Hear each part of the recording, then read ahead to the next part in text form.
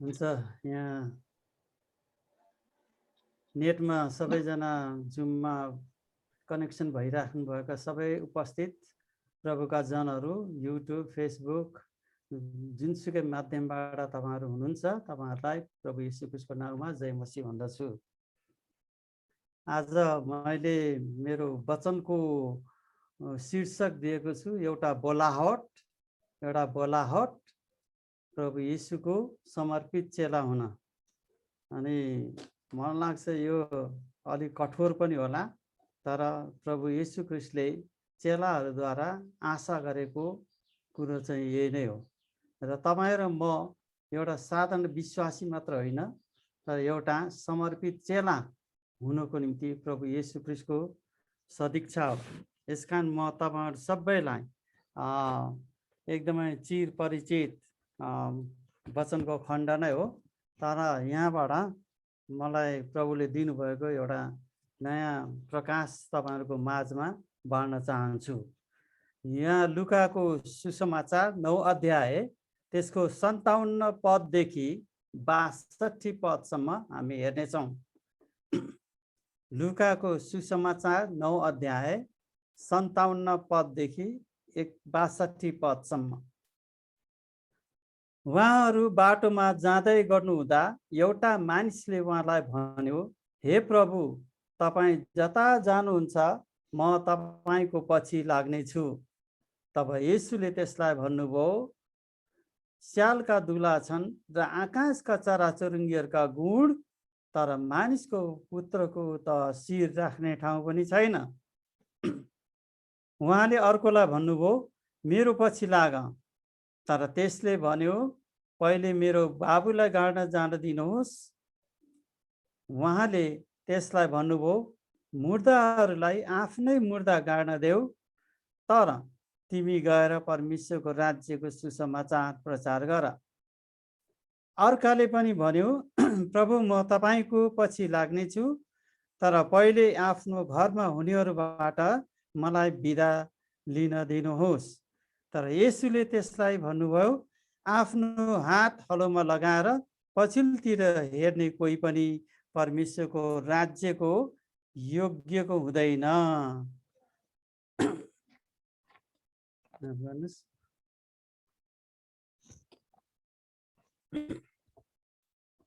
धेरै वर्ष पहिला तपाईँलाई थाहा छ, युरोपमा यो पूर्वी भाग चाहिँ कम्युनिस्टहरूको देशहरू जगजगी थियो र पश्चिमी देशहरू चाहिँ प्रजातन्त्र लोकतन्त्रको वकालत गर्ने देशहरू थियो।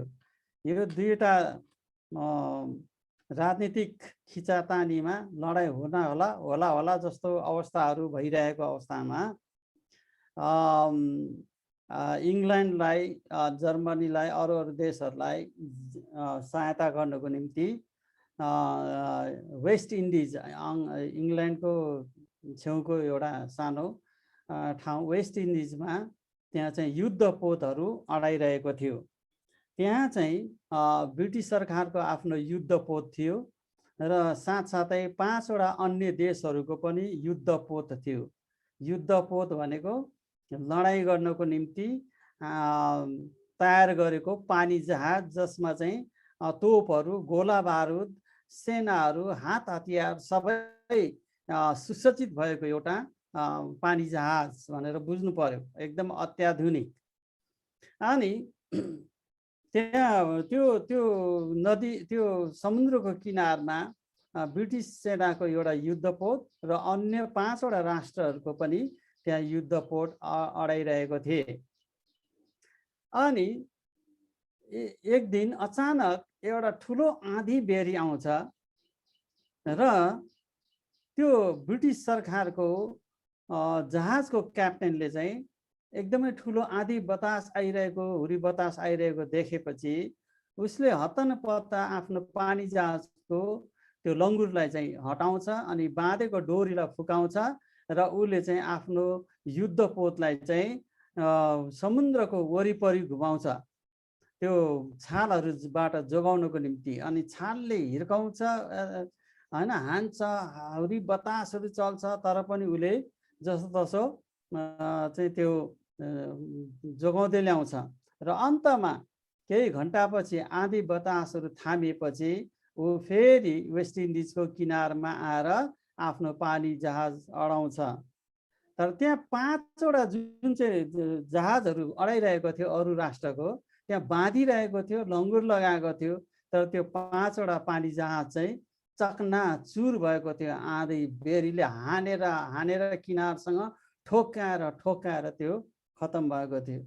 यो कथाले भन्न खोजेको चाहिँ के हो त भन्दाखेरि एकदमै मजासँग आरामसँग किनारमा बसिरहन्छ भने त्यो चाहिँ खतराको कुरो हो।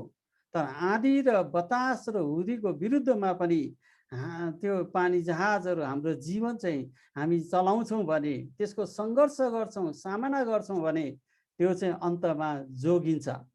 हाम्रो क्रिस्चियन जीवन पनि त्यस्तै हो। मजाले आरामको रमाइलो केही उ छैन, पिर फिक्री केही पनि छैन, खाइरहेछ, बाँचिरहेछ, यस्तो किसिमको जीवन छ भने त्यो खतरनाकको जीवन हो। तर आँधी बेरीको बिचमा पनि परमेश्वरको वचनसँग तपाईले भर परेर त्यसको सामना गर्नुहुन्छ र कुनै पनि कठिनाइहरू, चुनौतीहरू, चेलापनको हुनको निम्ति तपाईले आउने बाधाहरू तपाईले सामना गर्नुहुन्छ भने त्यो जीवन चाहिँ जोगिन्छ। यसकारण येशू ख्रिस्ट यति बेला यो भन्नु हुँदाखेरि यति बेला अब येशू ख्रिस्ट चाहिँ गालिलको वरिपरि गाउँहरूमा किसानीहरूको बिचमा, किसानकोहरूको बिचमा, साधारण मानिसहरूको बिचमा सुसमाचार प्रचार गरिरहनु भएको थियो। यसको ब्याकग्राउन्ड तपाईले हामीले पृष्ठभूमि हेर्यो भने, अनि त्यहाँ केही फरिसीहरू, शास्त्रीहरू, पुजारीहरू पनि थिए। अनि तिनीहरूले पनि येशू ख्रिस्टको राज्यको, परमेश्वरको राज्यको सुसमाचारहरू सुनिरहेको थियो। तर अब येशू ख्रिस्ट गालिलबाट सामरियाको सिमाना हुँदै यरुशलेममा जानुपर्ने अवस्था थियो। अब येशू ख्रिस्टलाई र चेलाहरूलाई सजिलो थिएन। अहिलेसम्म सजिलो ठाउँमा बसिरहेको थियो, बाधा विरोध केही पनि आएको थिएन। फरिसी, शास्त्री र पुजारीहरूले बढी से बढी प्रश्नहरू गरेका थिए। त्यो प्रश्नको उत्तर येशू ख्रिस्टले दिइराख्नु भएको थियो। अनि साधारण किसानहरूको बिचमा प्रचार गरेको कारणले धेरैभन्दा धेरैले ग्रहण गरेका थिए। सजिलो थियो, विरोधहरू थिएन। अब येशू ख्रिस्टले जान्दै हुनुहुन्थ्यो कि हामी चाहिँ यरुशलेममा जानुपर्छ, त्यहाँ सुसमाचार सुनाउनु पर्छ। त्यहाँका मानिसहरू कस्ता थिए? पढे लेखेका, व्यापारीहरू, राजनीति गर्नेहरू, राजा, भाइ भरदारहरू, अनि त्यहाँ एकदमै पढे लेखेका विद्वानहरूको सामना गर्नुपर्ने थियो। त्यो येशू ख्रिस्टलाई पनि सजिलो थिएन, चेलाहरूलाई झन् गाह्रो हुने अवस्था थियो। यसकारण त्यो सबै चुनौतीहरूको सामना गर्नको निम्ति अब प्रभु येशू ख्रिस्टले आफ्नो चेलाहरूको लागि एउटा बलिदान, एउटा समर्पणको आह्वान गर्दै हुनुहुन्छ। र यो अहिले पढेको जुन चाहिँ खण्ड हो, अब त्यसको खास ब्याकग्राउन्ड चाहिँ त्यो। र अब प्रभु येशू ख्रिस्ट चाहिँ जाँदै हुनुहुन्छ यरुशलेमतिर।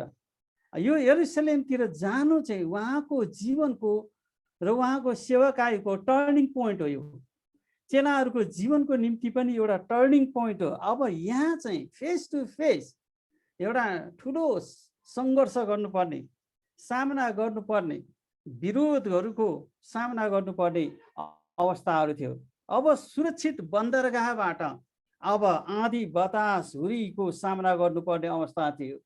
यरुशलेममा कट्टर धार्मिक मानिसहरू थिए, उच्च घरानाका समुदाय, रोमन सरकारका चियो गर्ने मान्छेहरू र वक्र दृष्टि उहाँको विरुद्धमा राख्ने त्यस्ता शक्तिहरूको सामना गर्नलाई अब जाँदै हुनुहुन्थ्यो।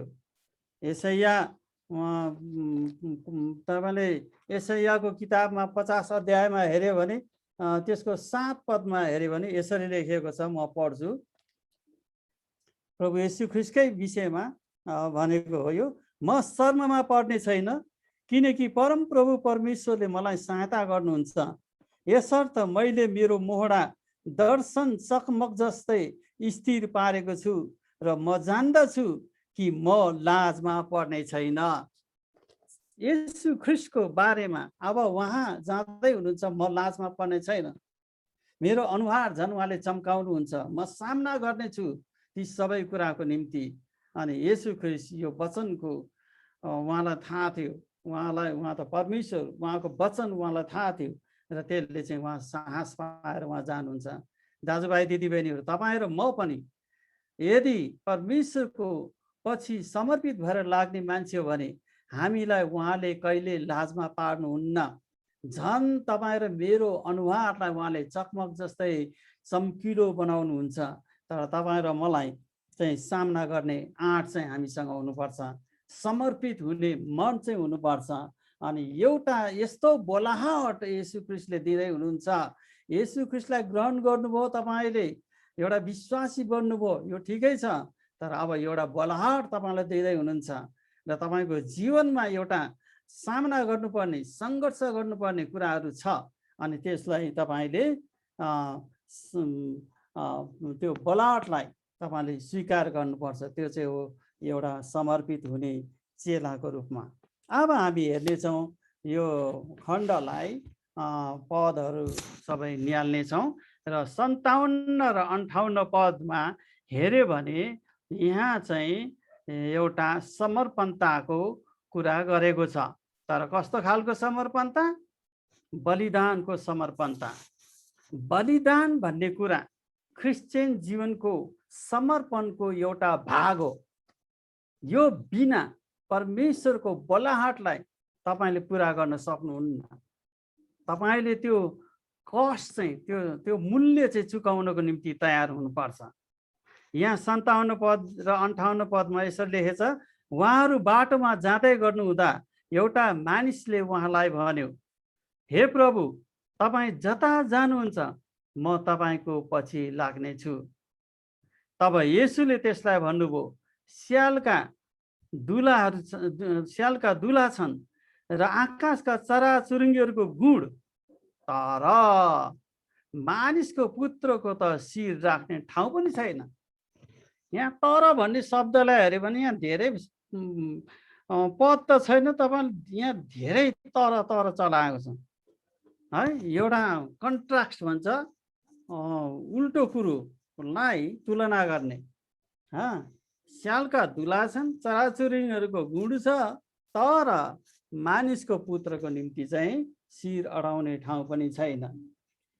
उहाँका चेलाहरू र अरू चेलाहरू पनि 12 जना बाहेक अनि धेरैजना यहाँ महिलाहरू पनि थिए, जसले आफ्नो घरबार छोडेर अनि आफूसँग भएको सम्पत्ति येशूको सेवाको निम्ति, परमेश्वरको राज्यको निम्ति सेवा गर्नको लागि समर्पित गरेका थिए, बलिदान स्वरूप।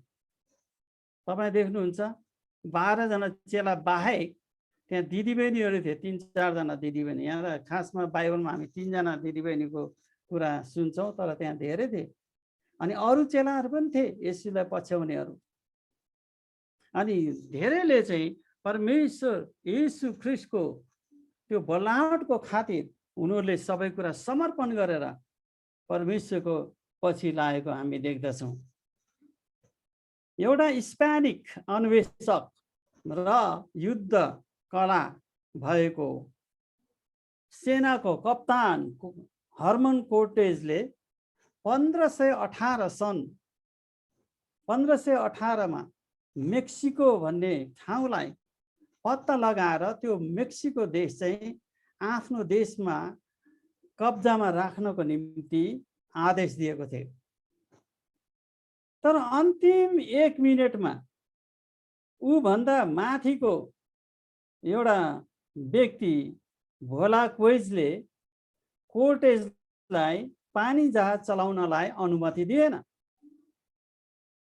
अनि तर त्यो कप्तानसँग पछि कुरा गरेर, जानै पर्ने कुरा गरेर, अनि ऊ चाहिँ मेक्सिकोतिर एउटा पानी जहाज लिएर, सिपाहीहरू लिएर, अनि गोली गोठाहरू लिएर उनीहरू चाहिँ मेक्सिकोतिर लाग्यो।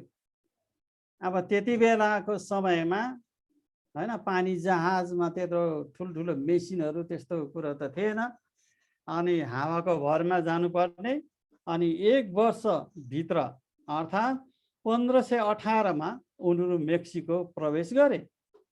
हर्मन कोर्टेजलाई चिन्ता भयो कि सिपाहीहरू चाहिँ हामीसँग धेरै छैन, तर लडाइँ गर्न जाँदाखेरि कतै यो सिपाहीहरू डराएर पानी जहाजमा यिनीहरू चाहिँ स्पेनतिर फर्किन्छ कि जान सक्छन् कि भनेर एउटा डर थियो।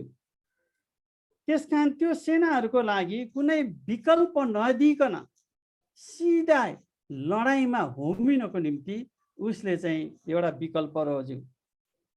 त्यो विकल्प चाहिँ के हो त भन्दाखेरि फर्केर जाने होइन, कुनै विकल्प नदिने। तिनी पछि फर्केर फेरि जाने त्यो प्रकारको विकल्प पनि दिएन। अनि कुनै तरिकाले तिनीहरू चाहिँ असफल भएर युद्धमा हार्ने कि त युद्ध जित्ने, त्यो दुईटा मात्र विकल्प थियो।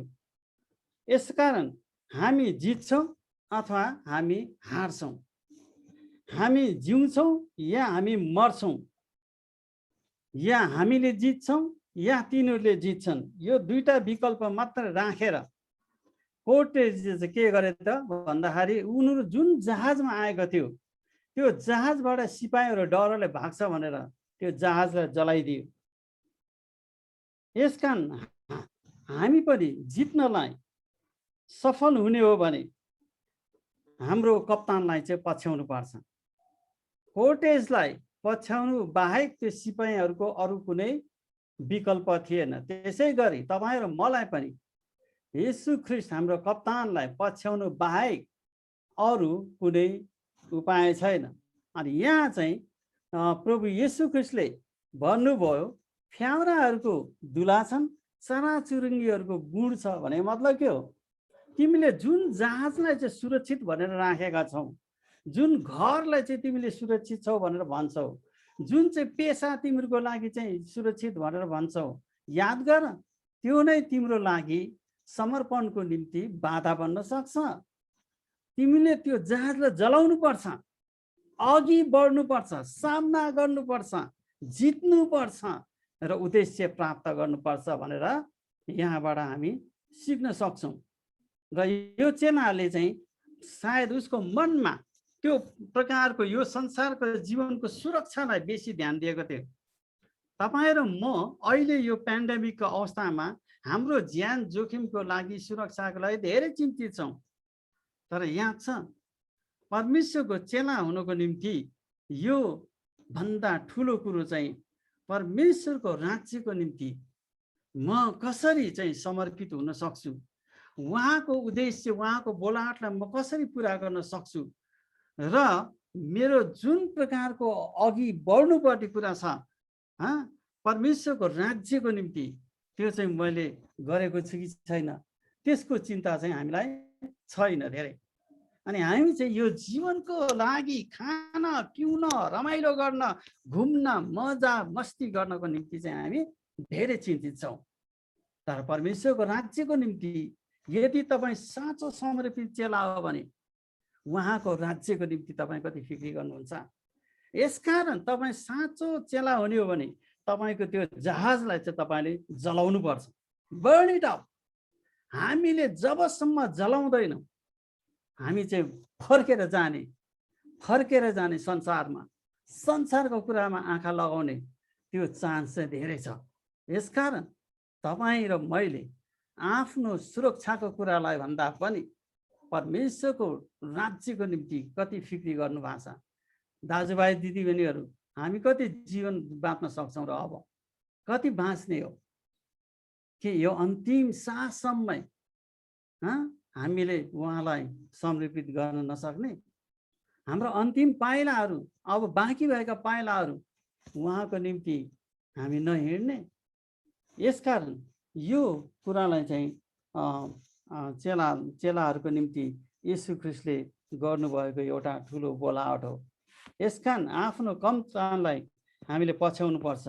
हामीले निश्चय गर्नुपर्छ कि त्यो चुनौतीलाई ग्रहण गर्न यस्तो किसिमको समर्पणताले यही देखाउँछ कि यस संसारको पुरानो बाटो, पुरानो इच्छा, शरीरको इच्छा, संसारको सिद्धान्त, बानी बेहोराहरू, नराम्रा आचरणहरू, प्रवृत्तिहरू त्यागेर नयाँ कुरा धारण गर्न तयार हुनुपर्छ। पहिलो राजा 19 अध्यायको 19 देखि 21 पदमा हेऱ्यो भने त्यहाँ एलिया र एलिसाको कुरा छ। एलिसा एकदमै धनी मानिस थिए अनि एलिया चाहिँ परमप्रभुको अगमवक्ता। तपाईले 19 पदबाट हेर्नुभयो भने 19 अध्यायको, यसैले एलिया त्यहाँबाट गए र सफातका छोरा एलिसालाई भेटाए। तिनी 12 हल गोरुहरूको साथ खेत जोतिरहेका थिए। तिनी चाहिँ ती मध्ये 12 हललाई जोतिरहेका थिए। एलियाले गएर आफ्नो खास्टो तिनीमाथि उडाइदिए। तब एलिसाले आफ्नो गोरुहरू छोडेर एलियाको पछि पछि दगुरे र भने, कृपा गरी मलाई आफ्नो बाबु र आमालाई चुम्बन गरेर बिदा दिनुहोस्, त्यसपछि म तपाईको पछि लाग्नेछु। एलियाले जवाब दियो, जाऊ न, मैले तिमीलाई के गरेको छु र? तब एलिसाले एलियालाई छोडेर गए। तिनले आफ्नो एक हल गोरु लिएर मारे र तिनले हलोको काठहरू जलाएर मासु पकाए र मानिसहरूलाई दिए र तिनीहरूले खाए। त्यसपछि तिनी एलियाको पछि लागे र तिनका चाकर भए, सेवक भए। हेर्नुहोस् त, तपाईले देख्नुहुन्छ एलिया 12 हल गोरु जोत्ने खेतको मालिक थियो। कति खेत थियो होला? अनि जब एलियाले आफ्नो खास्ट ओढाइदिए अथवा बोलाहट दिए, अब एउटा चुनौती दियो अगमवक्ता हुनको निम्ति, तिनले भने म पहिला गएर मेरो आमा बाउलाई चुम्बन गरेर फर्कन्छु। एलियाले भने मैले रोकेको छु र तिमीलाई, जाऊ न, तिमी जाऊ, स्वतन्त्र छ। तर तिनी घर गएन। उसले आफ्नो 12 हल गोरु मध्ये एक हल गोरु लिएर मारे, भने 2वटा गोरु मारे। अनि त्यसपछि त्यसलाई पकाएर सबै मानिसलाई खुवाए। त्यो हलोको सबै काठहरू चाहिँ जलाएर पकाएर खुवाएको हामी देख्दछौँ। सबै कुरा जलाए त्यहाँ। त्यसकारण तपाईँ र म पनि साँचो परमेश्वरको असल समर्पित चेला र सेवक हुन चाहन्छ भने तपाईँ जुन कुरामा तपाईँ बसिराख्नु भएको छ त्यसलाई जलाउन सक्नु भएन भने, त्यसलाई छोड्न सक्नु भएन भने तपाईँ परमेश्वरको राज्यको निम्ति तपाईँ योग्यको हुनुहुन्न। मुक्ति पाउनुभयो, तपाईँले गुमाउनुहुन्न। त्यो तपाईँ स्वर्ग जानुहुन्छ, तर परमेश्वरको राज्यको निम्ति तपाईँले के गर्नुभयो? यो ठुलो प्रश्न चाहिँ एलियाले एलिसाको जीवनमा पनि त्यो ल्याउँछ। र यसरी एलियाको पछि तिनी लागे एलिसा र परमेश्वरको दासको सेवक बन्यो र ऊ चाहिँ अन्तमा ठुलो अगमवक्ता इजरायलको इतिहासमा दरिन पुगेको छ, जसद्वारा परमेश्वरले अचम्मको कामहरू गर्नुभयो। त्यसै गरी कलसी 3 अध्यायको 1 देखि 3 पदमा 4-5 पदमा हेऱ्यो भने माथिका कुराहरू खोज, पृथ्वीको कुराहरूमा होइन। माथिको कुरामा मन लगाऊ, यस संसारको कुरामा होइन। हाम्रो मन चाहिँ कहाँ छ? यो संसारको कुरामा, सुरक्षाको कुरामा, खानपिन र जिउनेको कुरामा आनन्द छ, होइन र? तपाईहरु नोकरी हुनेहरूको लागि आनन्द छ, तपाईहरुको खेतीपाती हुनेको लागि तपाईलाई आनन्द होला, व्यापार गर्नेहरूलाई तपाईलाई आनन्द होला। परमेश्वरको राज्यको निम्ति त्यो पनि तपाईको लागि बाधा बन्छ भने त्यो पनि जलाउनुस्। म त चुनौती तपाईलाई दिन्छु, यो परमेश्वरको वचनद्वारा तपाईलाई जलाउन सक्नुपर्छ। यदि परमेश्वरको लागि बाधा बन्छ भने, स्वर्गको राज्यको लागि बाधा बन्छ भने, तपाईं हेर्नुहोस् न, हाम्रो पाटन कोइनुनियाको इतिहासमा भीमलाल महर्जन र उहाँको भाइले कति उहाँले त्याग्नु पर्यो, के त्याग्नु पर्यो। लक्ष्मीलाललाई हेर्नु, चक्रलाललाई कति गाह्रो थियो उनीहरूलाई। अरू भाइहरू मङ्गललाल, पासो मङ्गल, अरू हेर्नुहोस् त पुरानाहरू कति त्याग्नु पर्यो। अनि नयाँमा हेर्नुहुन्छ भने हाम्रो भाइ गोपाललाई घर परिवारले त्यागेको। तपाईको जीवनमा त्यो प्रकारको जलाउने काम तपाईले गर्नु भएको छ त? चेला चाहिँ भन्छौँ, तर हामीले हाम्रो कुराहरू चलाउन सकेका छैन। परमेश्वरको राज्यको निम्ति बाधा दिने कुराहरूलाई भने तपाईँ उहाँको राज्यको निम्ति योग्य हुँदैन। यो मैले भने होइन, प्रभु येशू ख्रीष्टले। यसकारण हामीले त्यो पुरानो कुरालाई चाहिँ छोड्नु पर्यो र नयाँ कुरालाई धारण गर्नु पर्यो। परमेश्वरको महिमा नहुने र परमेश्वरको राज्यको लागि ख्रीष्टको साक्षी हुनलाई बाधा ल्याउने तपाईको पेशा हुन सक्छ। जलाउनुस्। रक्सी पसलमा रक्सी बाँड्ने, क्यासिनोमा काम गर्ने तपाईलाई साक्षी दिनलाई गाह्रो पर्छ, त्याग्नुहोस्। परमेश्वरले भने है, त्यो आवाज सुन्नुहोस्, मेरो होइन आवाज। डान्स बारमा तपाईँ काम गर्दै हुनुहुन्छ, साक्षी दिनलाई गाह्रो छ म क्रिस्चियन भन्नलाई, त्याग्नुहोस् त्यो पुरानो कुराहरूलाई। शनिबारको दिनमा काममा जानुपर्ने, सेवा गर्न नसक्ने कतिजना विश्वासीहरू छन्, त्याग्नुहोस्। प्रभुले त्योभन्दा राम्रो काम दिनुहुन्छ। गाह्रो त पर्छ 2-4 दिन, 2-4 महिना, तर तपाईमा विश्वास छ, भरोसा छ परमेश्वरमा, उहाँले तपाईलाई राम्रो काम दिनुहुन्छ। बरु थोरै पैसा किन नहोस्, परमेश्वरको महिमा हुने काम गर्नु पर्यो। गाह्रो छ। अगमवक्ताहरूलाई तलब पाउँथ्यो? पाउँदैन थियो। कसैबाट उपहार लिन पाउँथ्यो? पाउँदैन थियो। एलिसाले त नामान कोडीले कति हैन सुनका डल्लाहरू र चाँदीका डल्लाहरू र लुगा फाटाहरू दिँदाखेरि लिन इन्कार गरे। थोरै पैसामा प्रभुको सेवा आनन्द गरेको थियो उहाँको चेला हुनलाई। यस्तो खालको र्याडिकल क्रिस्चियन पाउन त गाह्रो पर्छ अहिले है। तपाईँ र म 2-4 जना त्यस्तो मान्छे छ भने पनि धेरै परिवर्तन हुन सक्छ। यसकारण दाजुभाइ दिदीबहिनी, चुनौती छ तपाईहरुलाई। मजाको जीवन जिउन छोड्नुहोस्। यहाँ हुनेछ स्यालहरूको गुण दुला छन्, चराचुरुङ्गीको गुण छ, तर मानिसको पुत्रको लागि टाउको अडाउने ठाउँ छैन। यसको मतलब के हो? हाम्रो प्रभु त्यति सम्मको हुनुहुन्थ्यो भने तपाईहरु मैले त्यो भन्दा बढी खोज्नु भनेको त्यो चाहिँ परमेश्वरको राज्यको निम्ति अयोग्य।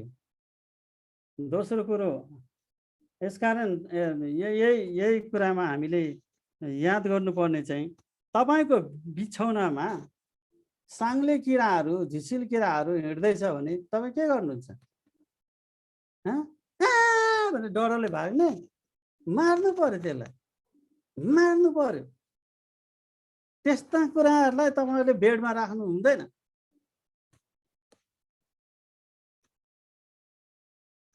खेतमा अहिले तपाईहरुले धान रोप्नु भयो होला, दाजुभाइहरू किसानीहरू हुनुहुन्छ, तपाईको खेतमा झारपातहरू उम्र्यो भने, त्यहाँ नचाहिने घाँसहरू उम्र्यो भने तपाई के गर्नुहुन्छ? हेरि बस्नुहुन्छ? उखालेर फ्याँक्नु पर्यो, अनि मात्र धान राम्रो हुन्छ। तपाईँ र मेरो जीवनमा ख्रीष्टको निम्ति, उहाँको समर्पणको निम्ति बाधा पार्ने यस्ता कामहरू अथवा तपाईँ र मेरो जीवनको पेशाहरू बाधा आउँछ भने त्यसलाई उखालेर फाल्न सक्नुपर्छ। दोस्रो कुरो चाहिँ एकदमै यो नेपालीमा शब्द छैन, अङ्ग्रेजीमा अर्जेन्सी भन्छ हैन, तुरुन्तै गर्नुपर्ने काम क्या, तुरुन्तै, अलमल होइन। अब यो फ्याँक्ने काम तुरुन्तै गर्नु पर्यो, जलाउने काम तुरुन्तै गर्नु पर्यो, त्याग्ने काम तुरुन्तै गर्नु पर्यो। अब हामी 59 पददेखि हेर्छौँ।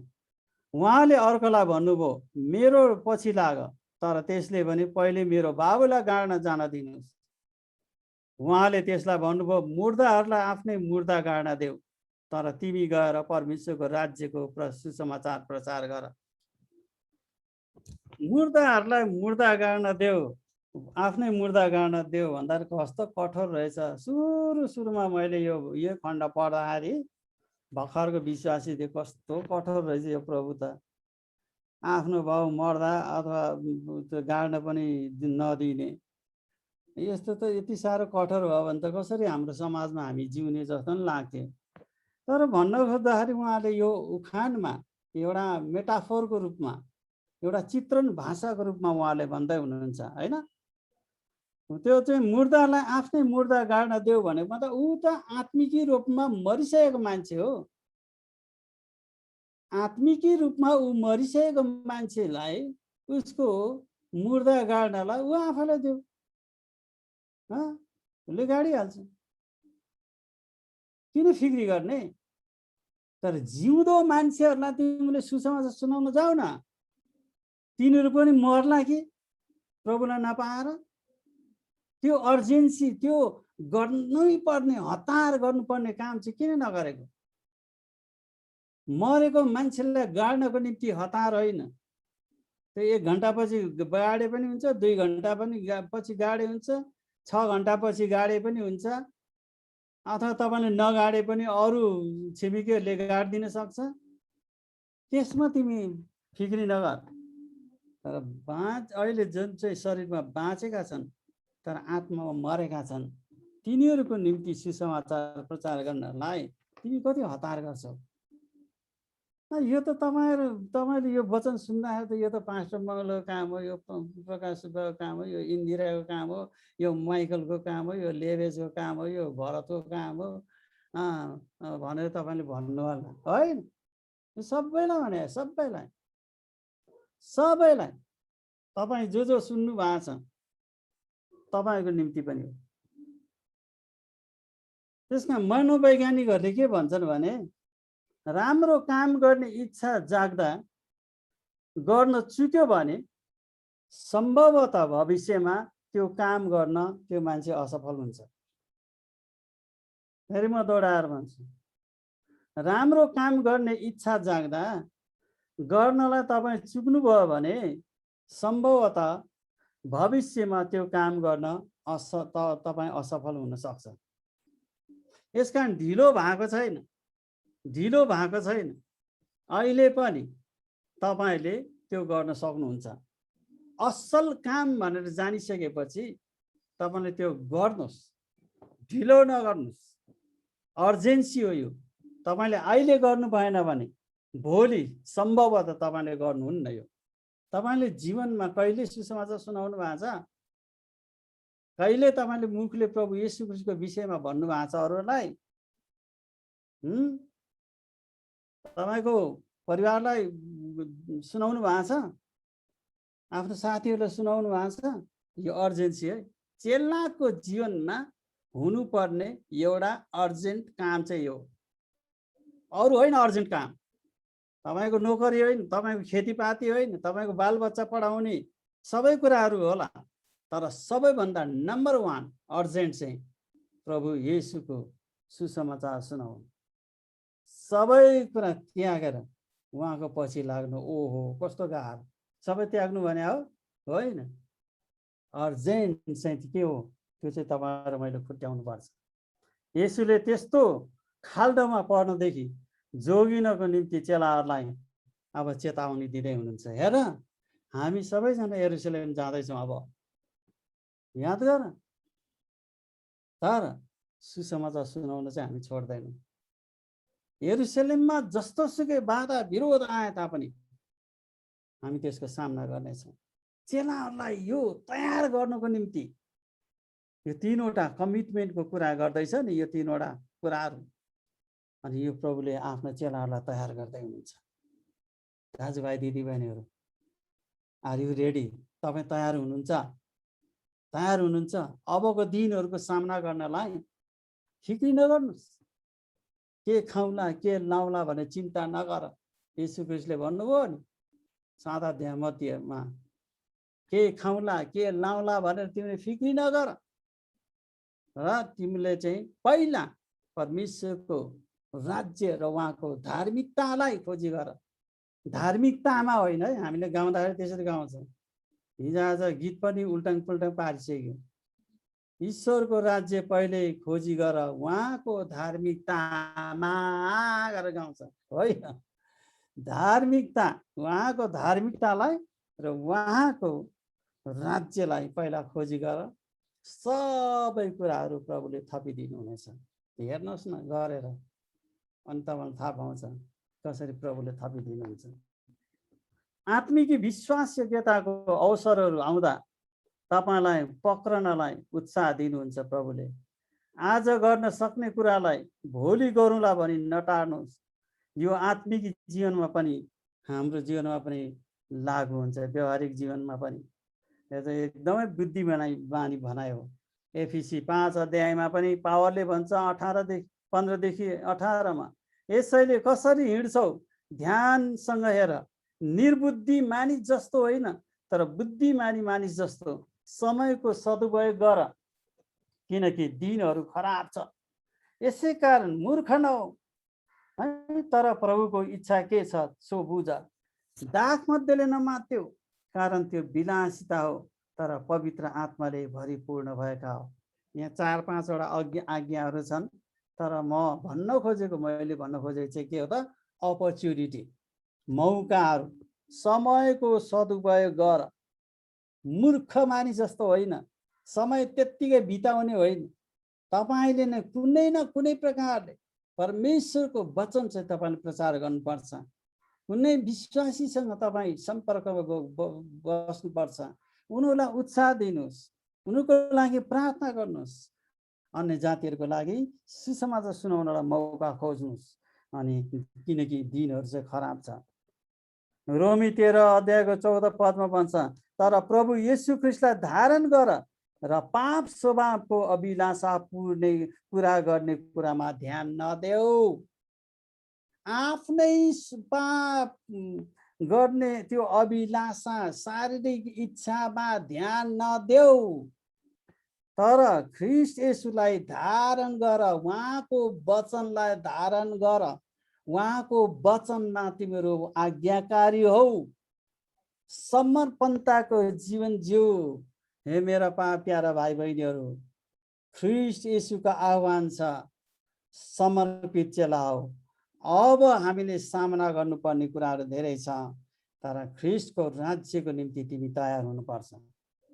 तेस्रो कुरा यहाँ अब 61 पददेखि हामी देख्छौँ, अर्काले पनि भन्यो, प्रभु म तपाईँको पछि लाग्नेछु, तर पहिले आफ्नो घरमा हुनेहरूबाट मलाई बिदा लिन दिनुहोस्।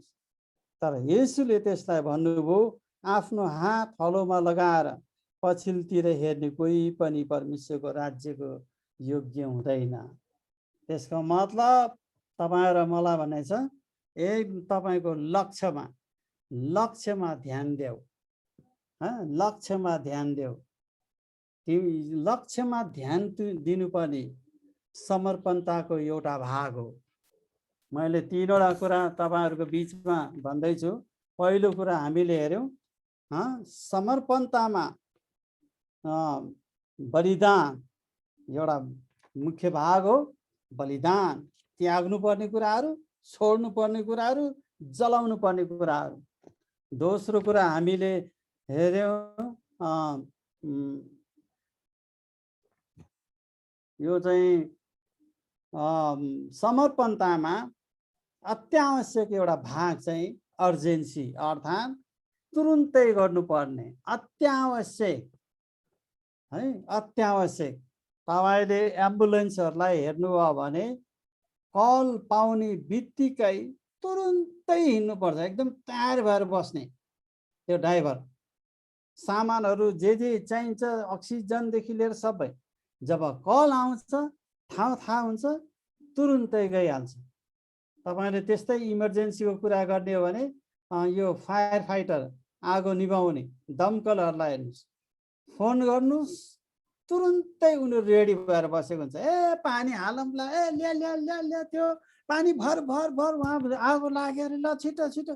त्यसो गर्दैन, पानी भरेर राखेको हुन्छ, गाडी स्टार्ट गरेर पुरा बिहानै तयारी गरिरहेको हुन्छ, तेल भरेर राखेको हुन्छ, सिपाहीहरू ड्युटीमा त्यहाँ बसेको हुन्छ। अनि जब घन्टी आउँछ, अनि त्यहाँ दमकलको घन्टी बज्छ, अनि त्यसपछि तुरुन्तै गइहाल्छ। अर्जेन्सी भने त्यो हो। तपाईँ र मलाई पनि समर्पणताको निम्ति एउटा अर्जेन्सी चाहिँ एउटा भाग हो। अनि तेस्रो कुरो चाहिँ एउटा फोकस है, त्यसमा केन्द्रित गर्नु, फोकस गर्नु पनि समर्पणताको एउटा भाग हो। अनि यो 61 र 62 पदमा हेऱ्यौँ, लक्ष्यमा दृष्टि लगाइराख्नु, लक्ष्यमा दृष्टि लगाइराख्नु, मेरो अन्तिम दृष्टिसम्म भनेर अघि हामीले गीत गायौँ, मेरो अन्तिम पाइलासम्म, मेरो अन्तिम साससम्म, मेरो अन्तिम आकाङ्क्षासम्म म ख्रिस्टलाई पछ्याइराख्नु जानेछु। हुन त यो एकदम समर्पणको गीत छ यो है, तर हामी भक्तिको गीत पनि गाउँछौँ यसमा भक्ति भाव राखेर। 2000 वर्ष अगाडि झन्डै यस्तै एउटा घटना भएको थियो। राजा, रोमको राजा सिजरले चाहिँ अब यो क्रिस्चियनहरूलाई, ख्रिस्टलाई दुःख दिने काम त भयो, तर पछिबाट तपाईँले देख्नुहुन्छ येशू ख्रिस्ट मरिसकेपछि, यताउता घटनाहरू सबै भइसकेपछि अब राजा सिजरले चाहिँ इङ्ल्यान्डलाई पनि चाहिँ लडाइँ गरेर, युद्ध गरेर कब्जा गर्ने उसको इच्छा थियो। रोमको धेरै ठुलो भागमा रोमी शासन थियो र पश्चिम युरोपमा पनि राज्य गर्नको निम्ति इङ्ल्यान्डमा आक्रमण गर्यो। अनि आक्रमण गरेर अन्त जब त्यो इङ्ल्यान्डको समुद्रको किनारमा आउँछ, अनि त्यति बेला राजा रोमको राजा सिजरले पनि यस्तै किसिमको आज्ञा दिन्छ कि त्यो सिपाहीहरू डरले भाग्छ भनेर, लडाइँदेखि विमुख हुन्छ भनेर त्यो पानी जहाजलाई जलाउनलाई हुकुम गर्यो। अनि धेरै जसो लडाइँमा, यो समुद्र किनारमा लडाइँ हुने समुद्री देशहरूमा चाहिँ जहाज जलाइदिने काम गर्छ क्या, फर्केर नजाओस्, लडाइँ गरेर जित्नै पर्छ भन्ने कुरा। तर त्यहाँ चाहिँ सफल त हुन सकेन राजा सिजर।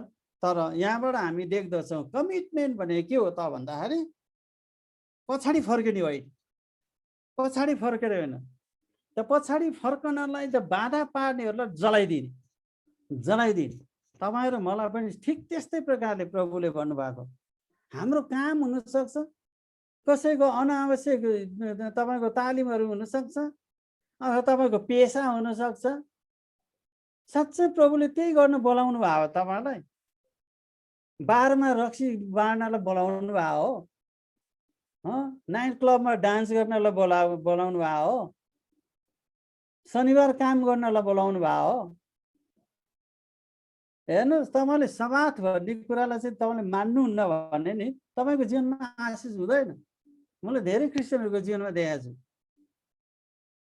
त्यस कारण बरु थोरै पैसा केही नपाओस्, तपाईँले राम्रो काम गर्नुहोस्। अनि त्यहाँबाट प्रभुले भन्नुभएको छ त आफ्नो प्रतिज्ञा, ईश्वरको राज्य र उहाँको धार्मिकतालाई खोज्नेहरूलाई सबै कुरा थपिदिनुहुन्छ। हरेक व्यक्तिमा एउटा प्रवृत्ति छ, हरेक व्यक्तिमा एउटा प्रवृत्ति छ भविष्यमा केन्द्रित गर्नुको सट्टामा पछाडिका कुराहरू हेर्ने। तपाईँमा त्यो कहिले कहिले त्यो प्रवृत्ति आउँछ, पछाडिका कुराहरू हेर्ने। लुतलाई हेर्नुहोस् त, लुतको श्रीमतीलाई नहेर्नु, अगाडि अगाडि बढ्नु र जुन मैले भनेको ठाउँ छ, तिमीले भनेको ठाउँ छ, त्यहाँ गएर बस, तिमी र तिम्रो छोरीहरू तिमीहरू बाँच्ने छौ। तर अन्तिममा के गर्यो, सदम र गोमोरामा त्यो आगो बर्सिँदाखेरि लुतको श्रीमतीले पछाडि हेऱ्यो। अनि अस्ति भर्खरै बिबिसीमा मैले एउटा समाचार सुनेको थिएँ, त्यो घटनाको कारणले रहेछ त्यो डेड सीमा नुनिलो भएको। त्यसैको छेउको एउटा पहाडमा अझै पनि एउटा खम्बा छ अरे, जुन चाहिँ नुनिलो छ त्यो। अनि सायद त्यो लुतको श्रीमतीको त्यो हुनसक्छ, त्यो प्रमाणित त भएको छैन त्यो चाहिँ। तर त्यही कारणले त्यो खारा समुद्र है, त्यो एकदमै मृत सागर, नुनको समुद्र भएको थियो। त्यस कारण हामीले परमेश्वरको प्रतिज्ञा पनि पुरा भएको हेर्न चाहन्छौँ र साथसाथै यो संसारको कुरामा पनि दृष्टि लान चाहन्छौँ भने तपाईँ र म परमेश्वरको राज्यको निम्ति योग्य हुँदैन। कलसी 3 अध्यायको 1 देखि 4 पदमा भनेको कुरा त्यही हो। पृथ्वीका कुरामा होइन, संसारका कुरामा पनि होइन, यहुन्नाले त भन्छ, हे छोरा, मेरा साना छोराछोरीहरू, साना केटाकेटीहरू, तिमीले संसारलाई माया नगर। अनि येशूले पनि भन्नुभयो, तिमीहरूले संसारमा माया नगर, तिमीहरू संसारको होइनौ, यसकारण तिनीहरूले तिमीलाई माया गर्दैन, तिमीलाई खेदो गर्छ।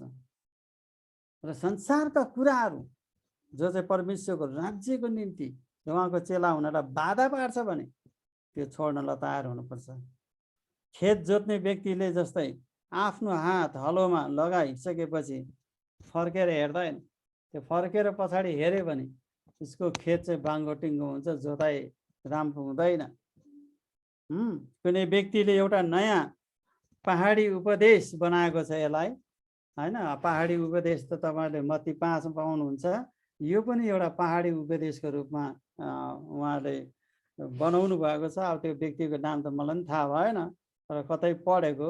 धन्य समर्पित हुनेहरू, किनभने तिनीहरूले नै परमेश्वरको राज्यको निम्ति परिवर्तन ल्याउनेछ। धन्य समर्पित हुनेहरू, किनभने तिनीहरूले नै परमेश्वरको राज्यको निम्ति परिवर्तन ल्याउनेछ। यो कुरा मत्ती 5 अध्यायमा त ठ्याक्कै त छैन, तर त्यो पनि यो पनि त्यहाँ छ। तर धन्य भन्ने शब्द त छन् त त्यहाँ पनि। धन्य मेरो खातिर धर्म कर्मको निम्ति खेदमा पर्नेहरू, किनभने परमेश्वरको राज्य तिनीहरूकै निम्ति हो। इङ्ल्यान्डले जब अमेरिकालाई आक्रमण गरेको थियो, अब इङ्ग्लिसहरूले राज्य गरेको थियो नि त अमेरिका त धेरै वर्षसम्म।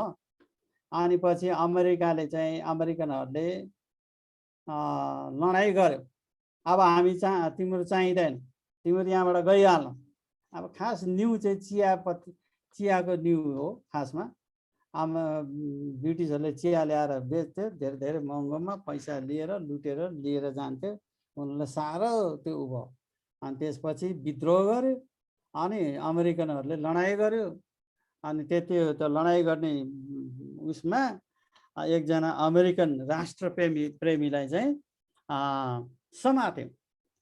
समातेर मृत्युदण्ड दिनको लागि हुकुम भयो। र मृत्युदण्ड दिनुभन्दा अगाडि तिम्रो अन्तिम कुरा केही छ भन्नलाई, अन्तिम इच्छा छ अथवा केही भन्नुपर्ने छ भन्दाखेरि उसले चाहिँ भन्यो, मेरो छ एउटा अन्तिम इच्छा भन्नलाई। म मेरो जिन्दगीमा अहिले पनि म एउटा कुरामा मात्र दुखित छु। मसँग एउटा मात्र जीवन छ मेरो देशको निम्ति अर्पण गर्नलाई। त्यो चाहिँ मेरो लागि असाध्यै दुःखको कुरो। किन दुईटा जीवन भएन मलाई? मेरो जीवन यदि दुईचोटि बाँच्ने भएको भए पनि यो पनि मेरो देशको निम्ति दिनेछु। तर दुःखको कुरो, मसँग एउटा मात्र जिन्दगी छ मेरो देशको निम्ति समर्पण गर्नलाई। दाजुभाइ दिदीबहिनीहरू, तपाईसँग एउटा मात्र जीवन छ ख्रिस्टको निम्ति समर्पण गर्नलाई। तपाईँ भोलि मर्नु लाग्नुभयो, बिछोनामा बस्नुभयो, मर्ने अवस्थामा भयो भने, प्रभु म तपाईँको राज्यको निम्ति काम गर्छु, म समर्पण गर्छु, त्यसले काम गर्दैन। अब सिद्धियो तपाईँको। दुःखको कुरो हो। तपाईँ स्वर्ग जानुहुन्छ, उहाँले त्याग्नुहुन्न, तपाईँको पाप क्षमा भएको छ। तर परमेश्वरको राज्यको निम्ति तपाईँले के गर्नुभयो? यो एउटा जिन्दगीमा हामीसँग पनि एउटा मात्र जीवन छ, ख्रिस्ट र उहाँको राज्यको लागि दिनलाई। त्यसकारण यही जीवनमा समय खेर नफाले ती मानिसहरूमध्ये हाम्रो पनि नाम लेखाउनलाई, परमेश्वरको जीवनको पुस्तकमा नाम लेखाउनलाई हामीले समर्पण गरौँ। शाबास, विश्वासयोग्य र धर्मी नोकर, मसँग तिमी अझ धेरै सहरहरूमा राज्य गर्नेछौ। परमेश्वरको मा समर्पित जीवन जिउनको निम्ति तपाईँ र मलाई एउटा मौका दिनुभएको छ। यो खण्डले, यो लास्टको खण्डले भन्न खोजेको चाहिँ एउटा मौका हो। यो मौका दिनुभएको छ। तपाईँ हलोमा हात राखेर पछाडि फर्केले यो मौकालाई तपाईले सही प्रकारले समात्नु भयो भने, विश्वासयोग्यतामा तपाईले लक्ष्य राख्नु भयो भने तपाई एउटा सफल समर्पित चेला हुनुहुन्छ। यसकारण परमेश्वरले समर्पित क्रिस्चियनहरू चाहनुहुन्छ जसले हाम्रो पुस्तामा केही परिवर्तन ल्याउन सक्नुपर्छ। विश्वासीहरू मात्र बन्ने होइन, तिनीहरूको जीवन चान्चुनमा मात्रै रमाउने होइन, तर पछ्याउनेहरू मात्रै नभइकन साँचो चेला जसले विश्वासलाई चाहिँ आफ्नो विश्वासलाई प्राथमिकता दिन्छ र ख्रीष्ट प्रभुको साक्षी दिनलाई अन्तिम साँझसम्म पनि जिउनलाई तयारी हुन्छ, त्यो चेलाहरूको खाँचो प्रभुले देख्नु भएको छ। यसकारण अहिले हामी प्रार्थना गर्नेछौँ। मैले 3वटा विषयमा पोइन्टमा बोले। एउटा साँचो बलिदान नै समर्पणको एउटा भाग हो, पहिलो कुरो। अनि तुरुन्तै गर्नुपर्ने अर्जेन्ट इमर्जेन्सी एउटा काम नै तपाईको समर्पणको एउटा भाग हो।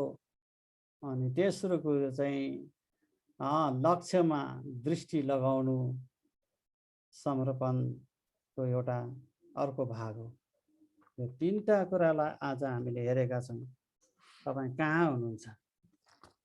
तपाईँ जहाजमै हुनुहुन्छ,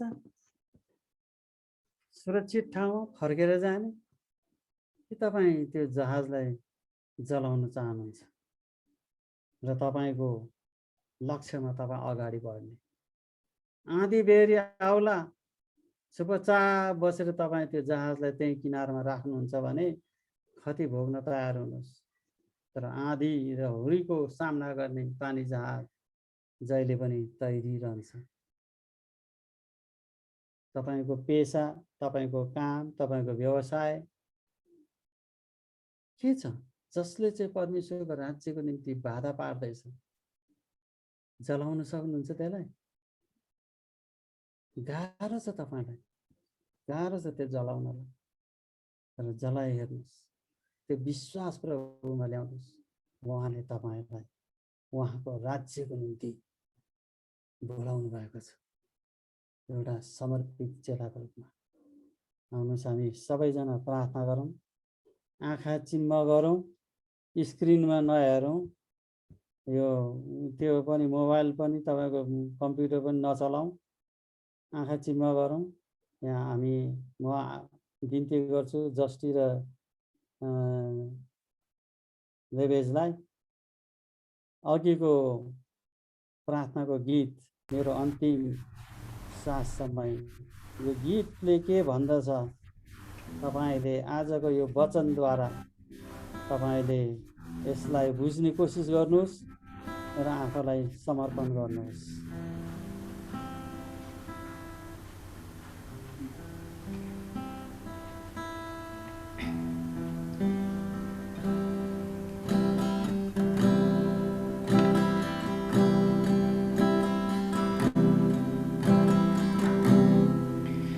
मेरो अन्तिम श्वाससम्मै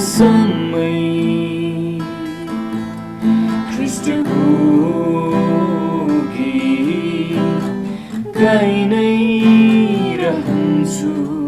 मेरो अन्तिम पाइलासम्मै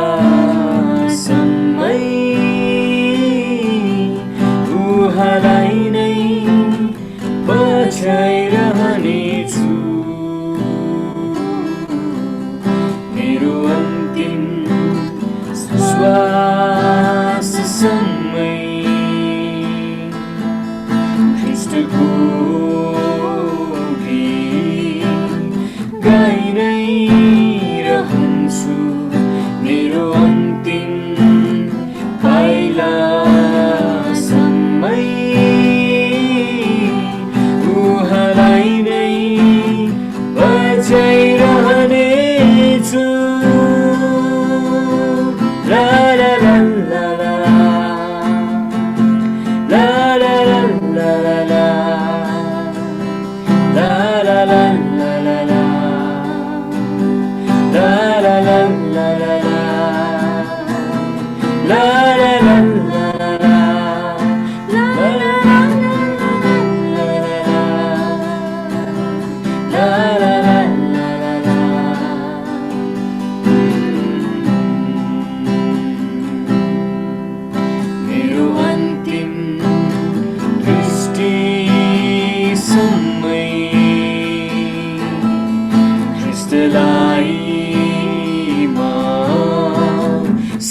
सदा हेर्नेछु मेरो अन्तिम आकाङ्क्षासम्मै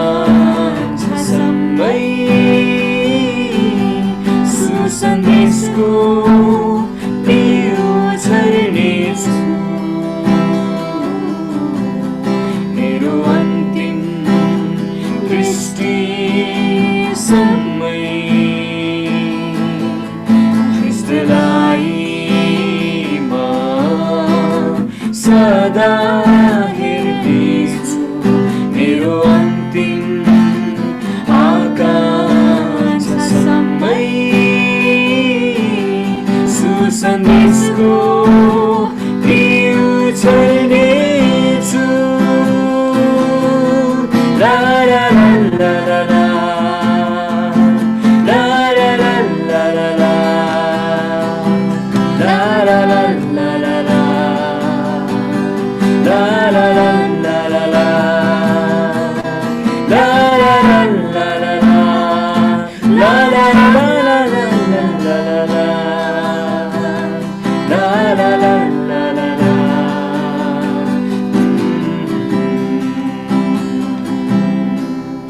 मेरो अन्तिम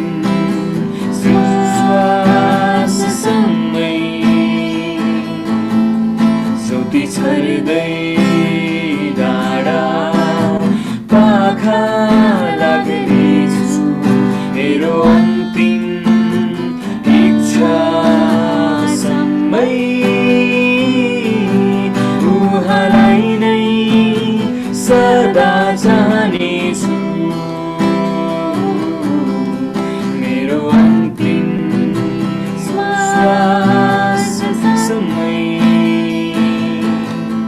ज्योति छर्दै पाखा लाग्नेछु मेरो अन्तिम इच्छासम्मै उहाँलाई नै सदा चाहनेछु ला ला ला ला ला ला ला ला ला ला ला ला ला ला ला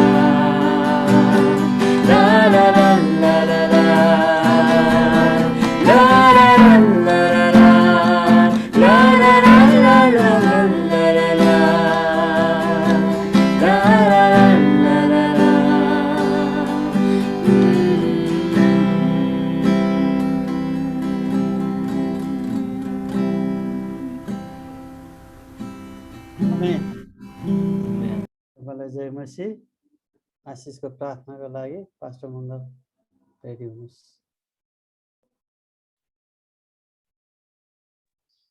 हामी आशीर्वादको प्रार्थना गरौँ परमेश्वर पिताको प्रेम प्रभु येशू ख्रीष्टको अनुग्रह पवित्र आत्माको शान्ति संगति र सहभागिता हामीहरू सबैजनासँग सदा सर्वदा रहून् आमेन आमेन आमेन क्वारले अन्तिम